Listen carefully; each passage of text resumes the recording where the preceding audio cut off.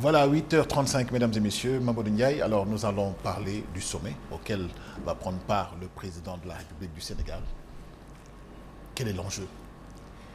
L'enjeu, d'après ce qu'ils ont envoyé aux médias, à tous les leaders d'opinion et aux gens qui comptent d'après eux, c'est de réunir les grands laboratoires du monde avec les grands mécènes, les grands financiers, pour réfléchir un peu sur une stratégie de production de vaccins et en même temps aussi de pouvoir, à l'issue justement de la recherche trouvée, de vacciner plus d'enfants qu'il en faut. Autrement dit, de cibler le continent africain parce que c'est un continent qui est dépourvu de vaccins. Et Al, vous parliez d'enjeux. Voilà un continent qui a dans le monde le plus d'enfants non vaccinés, qui va en Europe où c'est le continent où il y a le plus de vaccins disponibles et non utilisés. Donc dans ce paradoxe-là, si vous me demandez l'enjeu est là. C'est-à-dire que l'Occident, jusqu'à une période très récente, disait la maladie est dans le sud et la santé est au nord. Mais avec le Covid de 2019, 2020, 2021, les choses s'étaient un peu inversées. Parce que nous avons plus résisté à cette pandémie que l'Occident, on l'a vu. Mais maintenant, il est question peut-être de traduire dans les faits la fabrication de vaccins à destination des populations les plus pauvres. Et il y a un mécène derrière tout cela, c'est Bill Gates. Absolument. Et son épouse Melinda. Créateur de Microsoft. Merci. Absolument. Voilà un garçon qui, en moins de 30 ans, a battu une fortune colossale et qui, je ne dirais pas, pour ne pas l'injurier, que ne sachant plus ce qu'il a à faire de sa fortune, décide maintenant d'être un philanthrope. Mais en vérité, c'est au détour justement de quelques pérégrinations à travers le monde pour essayer d'élargir donc la base de croissance de son entreprise Microsoft qu'il s'est dit, mais tiens, il y a un continent qui, normalement, si on prend bien en considération les besoins de ce continent-là, il va représenter les croissances des décennies prochaines. Et il a dit donc, il faut investir sur des créneaux où la jeunesse qui va monter en puissance pourra avoir quand même des bases de décollage réelles. Et c'est pourquoi il a dit, prenons en considération la santé des enfants.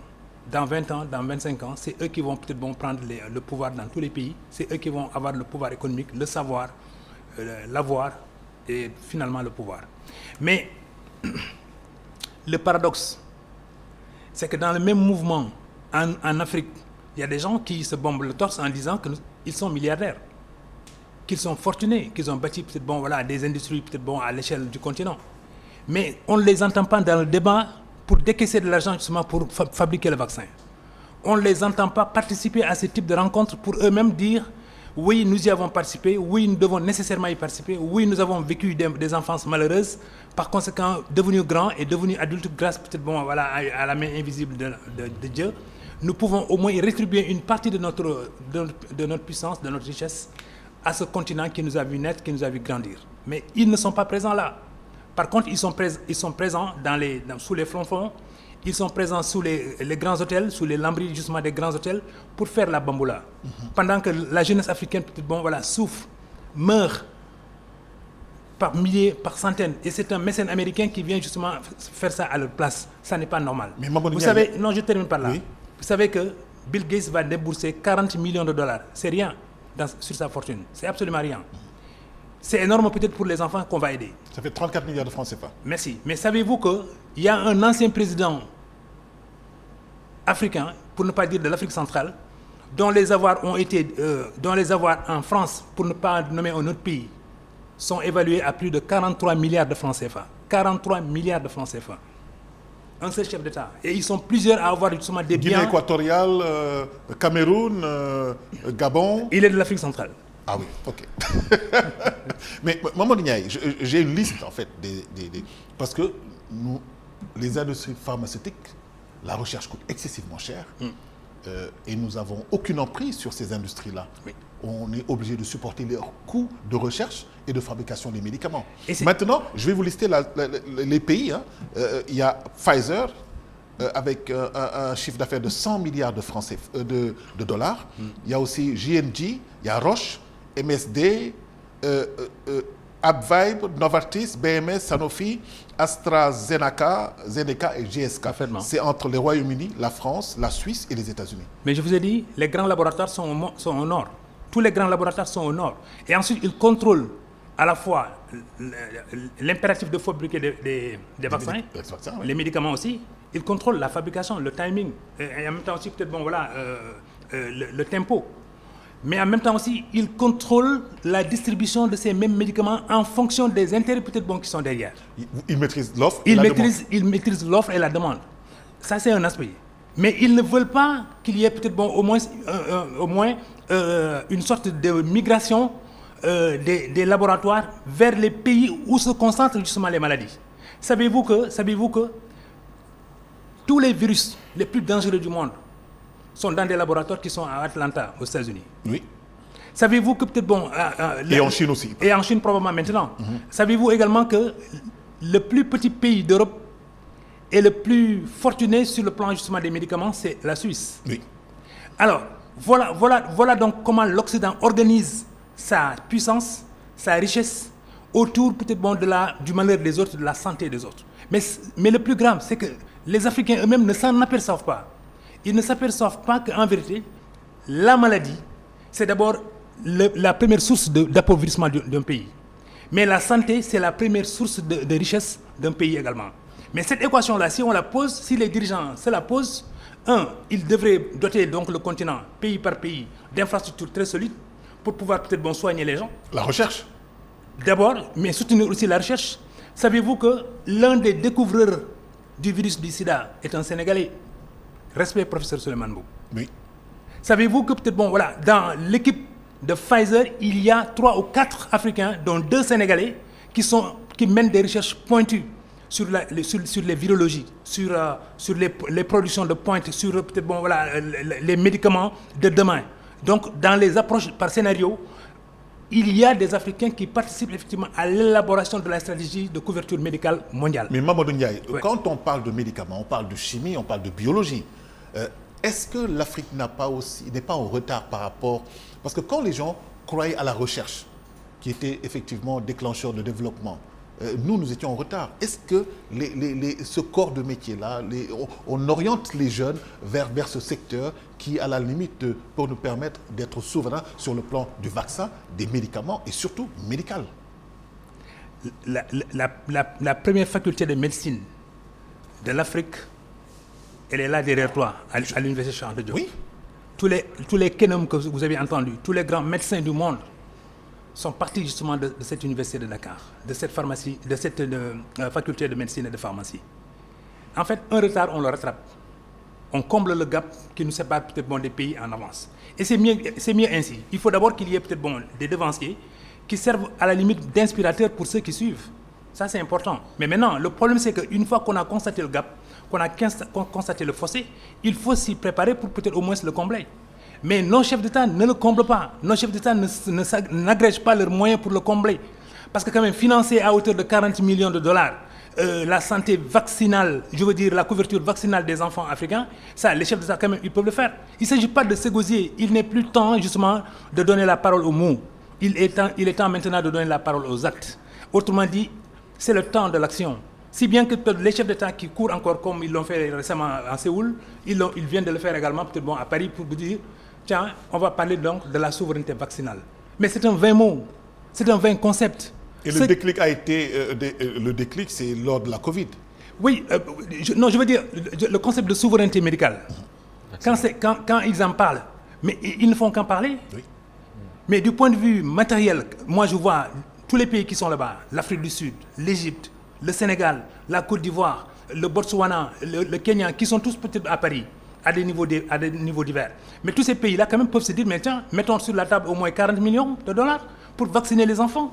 Parce que ces enfants-là, s'ils sont vaccinés cette année, ils sont prémunus contre la rougeole, contre la variole, contre la tuberculose, contre, je ne sais pas encore, la varicelle. Et le paludisme. Hein? Vous parlez du programme élargi de vaccination. Oui, exactement, qui est gratuit. Hein? J'allais en parler d'ailleurs. Par exemple, mais je veux dire que le financement peut s'obtenir sans qu'on aille tendre la sébile ailleurs. Ça, c'est du point de vue simplement de la stratégie pour garantir notre propre souveraineté médicale, nous, Africains. Mais il faut qu'on mette quand même aussi de la volonté de nous-mêmes pour que les gens s'aperçoivent qu'en vérité, ils sont engagés. Mais si on ne s'engage sur rien, par conséquent, on compromet la santé des enfants qui vont grandir. Et ils vont grandir justement avec des handicaps. Face maintenant à des enfants chinois, à des enfants européens, à des enfants israéliens qui sont en très bonne santé, qui ont donc peut-être une santé mentale également très développée, face à des Africains qui sont complètement diminués et qui ne peuvent même pas peut-être songer au lendemain, à fortiori peut-être Mais Mamadou le Ndiaye, lendemain. une question aussi qui me revient. Après, Abdourahmane a posé cette question. Est-ce qu'ils ont intérêt effectivement à ce qu'on soit autonome aussi? Non, Bill Gates en est conscient. Bill Gates a dit aujourd'hui il faut une santé mondiale.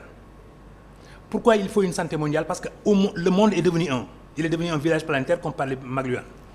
À ce niveau maintenant, il faut peut-être regarder les maladies qui courent d'un continent à un autre en moins d'une fraction de seconde ou bien en moins d'une. Mais la pandémie du Covid, comment elle s'est répandue? C'est en moins d'une heure que peut-être les gens ont quitté peut-être le foyer d'émission pour pouvoir peut-être aller dans des aéroports et se croiser là-bas. Si bien que peut-être quand on arrive dans un aéroport international et qu'on vient de partout, mais on part aussi avec le virus ou bien peut-être l'élément pathogène. Et c'est comme ça que Bill Gates a dit, mais essayons de cerner les foyers d'émission des grandes maladies, des grands virus, et en l'occurrence c'est l'Afrique. Ils le disent comme ça. Moi je ne me culpabilise pas par rapport à cela, parce que Ebola reste encore un mystère. Or il y a d'autres maladies, rappelez-vous chikungunya, il y a d'autres maladies peut-être qui ont été peut-être identifiées en Afrique, mais si on identifie les foyers, on essaie de circonscrire peut-être la stratégie pour étouffer le foyer, de façon à ce qu'il ne se répandent pas. Ça peut permettre maintenant à ces pays-là, au moins d'abord de l'étouffer, mais en même temps aussi de disposer de moyens efficaces et efficients pour pouvoir peut-être endiguer, disons, ces maux-là, ces maladies. Nos chefs d'État, ou en tout cas nos dirigeants, ne perçoivent pas cette stratégie-là. Mais ils perçoivent plutôt aller en Europe pour maintenant participer peut-être à un forum dont le thème est souveraineté vaccinale. Et demander de l'aide. Mais souveraineté vaccinale, savez-vous qu'il n'existe pas un seul laboratoire africain doté de puissance financière et technologique capable de répondre justement à cette souveraineté vaccinale.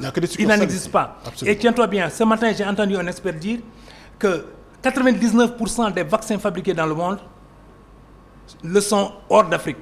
L'Afrique ne participe que pour 1% et ce pourcentage-là, si faible, c'est en fait pour agréger justement des formules de fabrication justement du vaccin. Et l'Inde se positionne dangereusement à cause effectivement du coût de la main-d'œuvre locale. Et savez-vous que pour l'Inde, plus d'1 milliard d'habitants, sa seule référence c'est l'Afrique pour tester à grande échelle les médicaments qu'ils sont en train de fabriquer. Et ça marche. Et parfois c'est des médicaments qui ne sont pas encore homologués, mais dont la recherche poussée permettrait peut-être à l'Inde dans les 20 ans à venir de se dire, moi aussi je participe effectivement à ce club des grands laboratoires. Alors merci de m'avoir donné la parole. Déjà, alors, non. Oui, c'est une assemblée constituante. Tu n'as jamais été privé de parole. C'est-à-dire que discussion intéressante, mais ping-pong. Oui. Alors, tu t'accuses comme tu veux, mon frère. Je voulais juste dire, en fait, je voulais juste souligner déjà... Je commence à oublier un peu ma question là. Alors, je voulais juste rappeler déjà que si on décidait justement de nationaliser un peu la problématique, parce qu'au niveau national, on a l'Institut Pasteur de Dakar qui produit des vaccins. Où est le problème finalement? L'autre question que j'ai envie de poser, ça concerne un peu Médis Sénégal.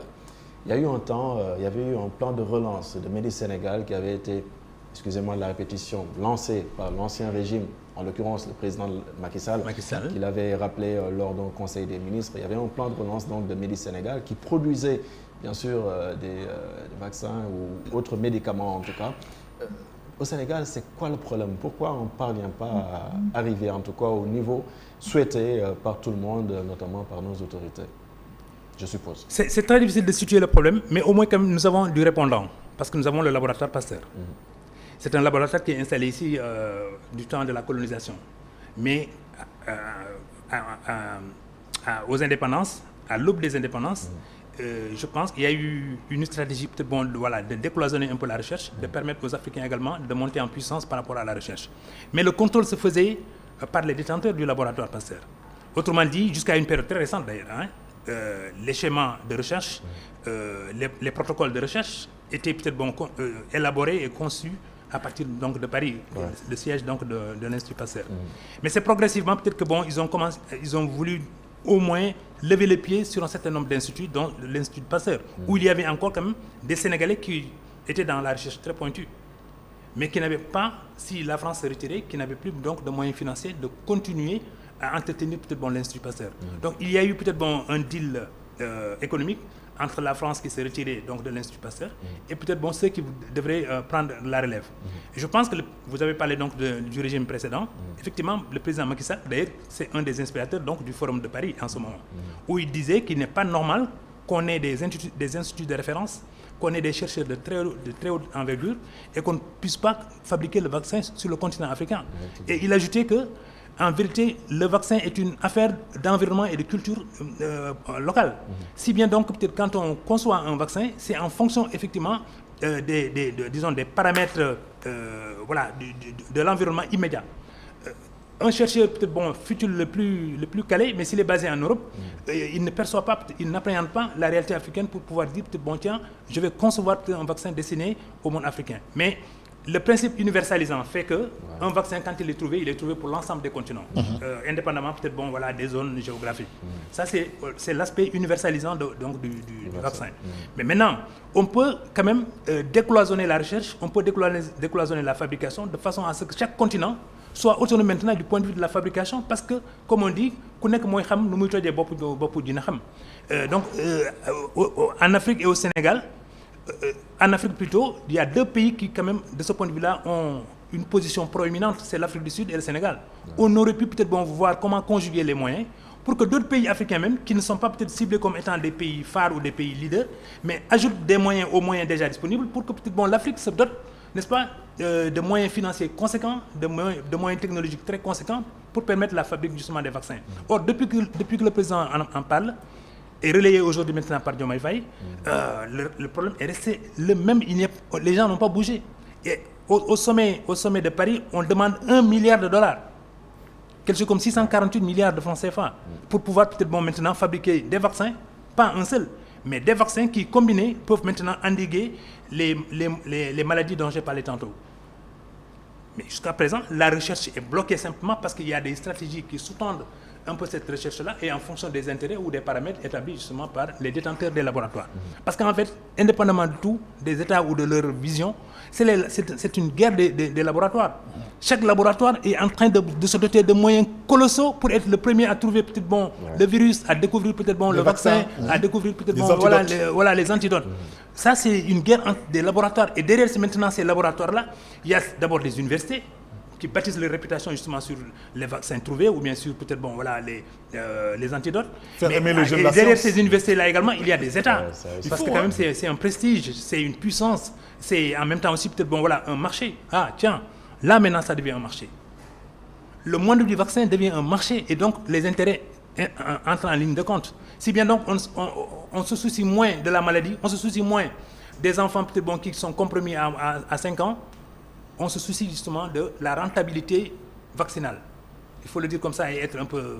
J'ai une petite question. Vous vous rappelez lors de la Covid, d'ailleurs l'Institut Pasteur porte le nom du créateur de vaccin contre la rage, qui est français. Mais test Covid yep, Institut Pasteur moo ko doon def pendant la Covid moyennant 15 000 ou 20 000 francs. Non, 40 000 même. 40 000 même. 40 000. Pour nga mën a voyager. Mais parfaitement. Et comment ça se fait, Lolo? C'est pourquoi j'ai dit, là, ça devient un marché. Parce que c'était une façon également de réguler le flux migratoire. Mais il y avait Bio24, il y a beaucoup d'autres laboratoires d'analyse qui ont pignon sur eux, sur Dakar, et qui appartiennent à des Sénégalais. Oui, parfaitement. Et d'ailleurs, je me souviens, nos reporters, à un moment donné, quand il y avait le déclenchement donc, du processus, nos reporters ont été présents. Je ne sais pas si Abdelrahmane en faisait partie, mais quand même, ils ont été témoins de la vraie dispute quand le ministère de la Santé, à l'époque, je pense que c'était Abdoulaye Diouf Sarr qui en était le ministre, quand il a réuni donc les grands chercheurs, les grands laboratoires pour essayer de définir une stratégie nationale pour endiguer le Covid.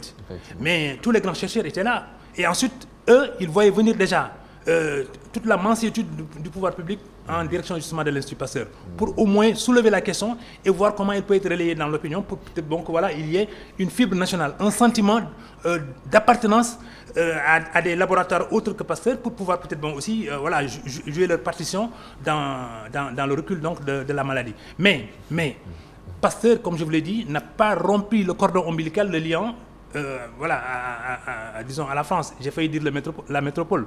Mais en vérité, c'est parce que ce lien-là, il est resté qu'à un moment donné aussi, voilà, Paris a donné peut-être bon, toute sa portée au projet donc, de Pasteur pour une raison assez simple aussi.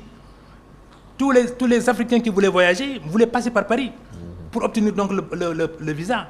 Eux, ils fermaient les yeux justement pour le montant à payer pour être vaccinés. Parce que simplement, à l'issue justement de ce vaccin-là, on peut obtenir donc le visa.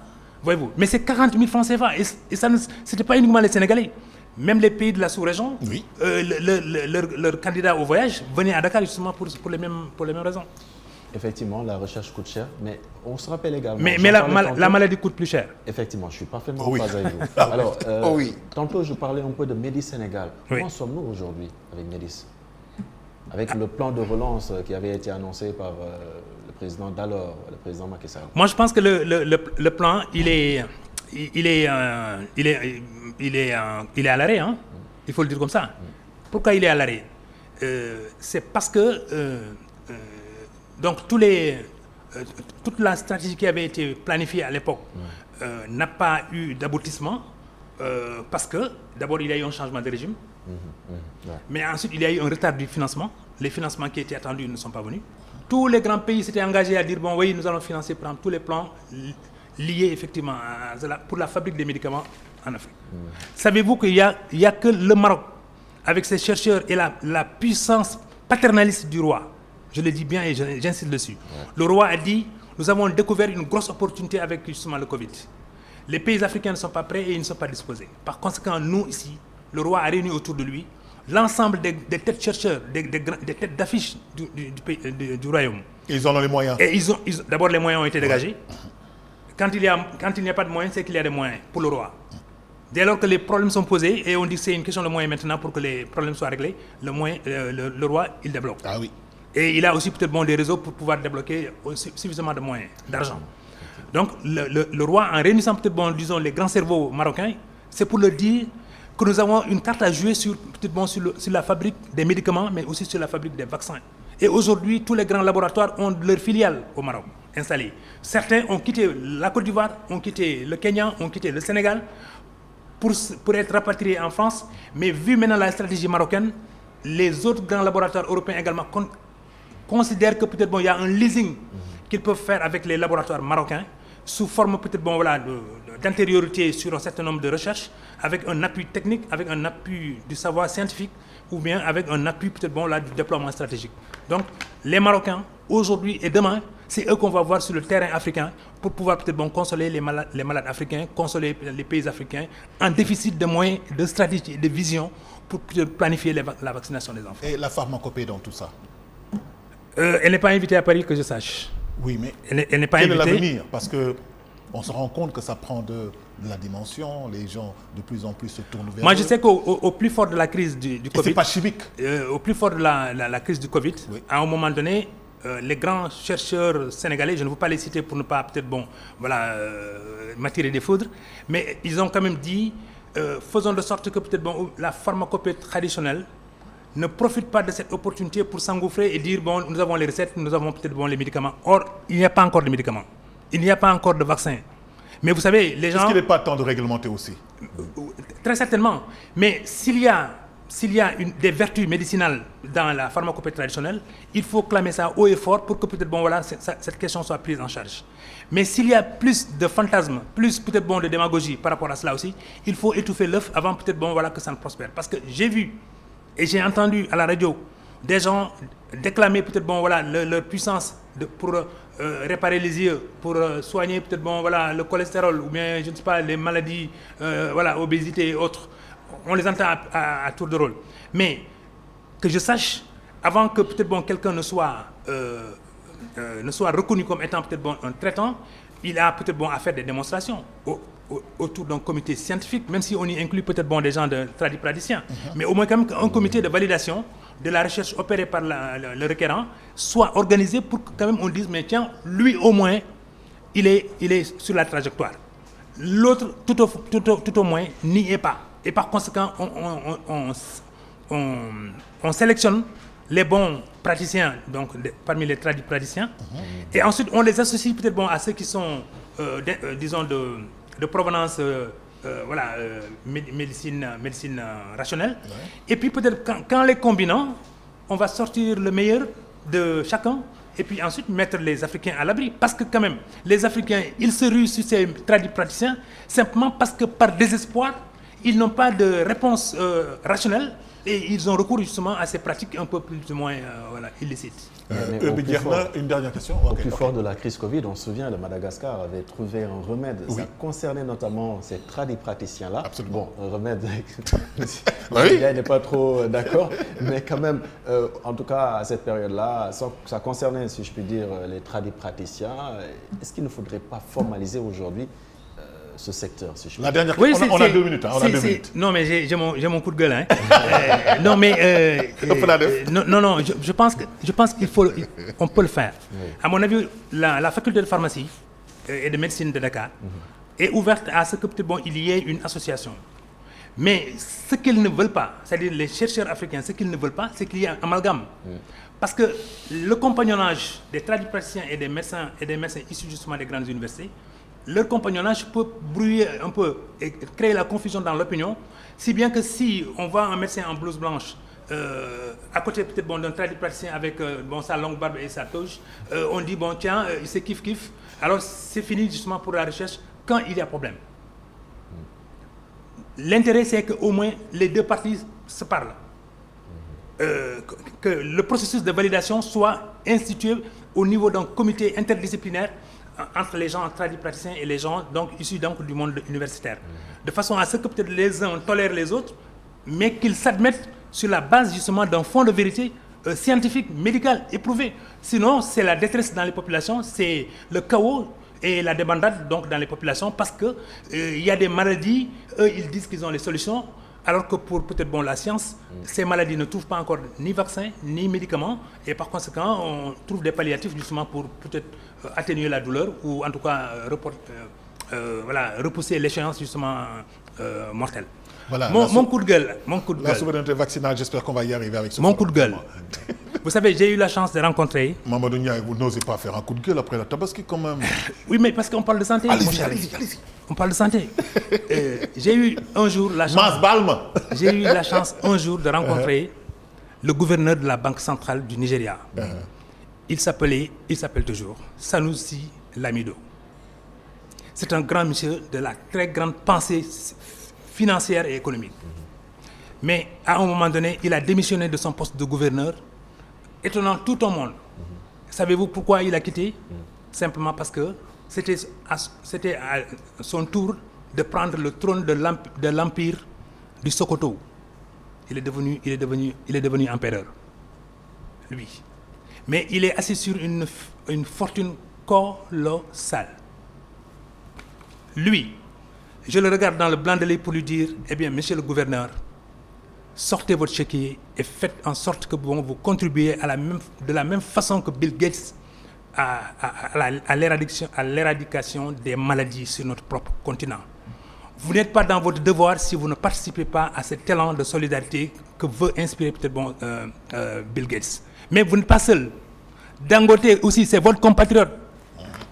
Aujourd'hui, il prétend être la première fortune du continent africain. Et il s'en vante d'ailleurs à Londres, à Paris, à Amsterdam, sur l'ensemble des places financières du monde. Dangote se vante d'être justement la première fortune du monde, du continent africain. Oui, bienvenue, cher monsieur. Mais si vous êtes crédit africain, eh bien, participez également à cet élan pour doter le continent du milliard de dollars requis pour peut-être, d'abord trouver le vaccin et ensuite sauver des millions et des millions d'Africains qui sont peut-être l'avenir du continent. Parce que dans 5 ans, ceux qui ont 5 ans aujourd'hui auront 10 ans. Et dans 15 ans, ils auront 25 ans. Dans 30 ans, ils auront 40 ans. Ils seront les adultes du continent de demain et ils n'arriveront pas au banquet malades et hémiplégiques. Et voilà, et puis après le coup de gueule, une petite note d'humour, hein. Ne soyez pas comme Picsou quand même. Hein, ne soyez pas près de vos sous. Aidez les gens, aidez cette jeunesse africaine. Alors, merci beaucoup, Abdourahmane Ly. Merci beaucoup, Al. À lundi, Inch'Allah. avec l'autre, et monsieur Mamadou Ndiaye. Oui, C'était un plaisir. à jeudi prochain. À jeudi prochain, Parce Inch'Allah. qu'on espère peut-être que, bon, voilà, nous allons sourire davantage. Inch'Allah. Moi, je l'espère aussi. Hein? Voilà. Mesdames et messieurs,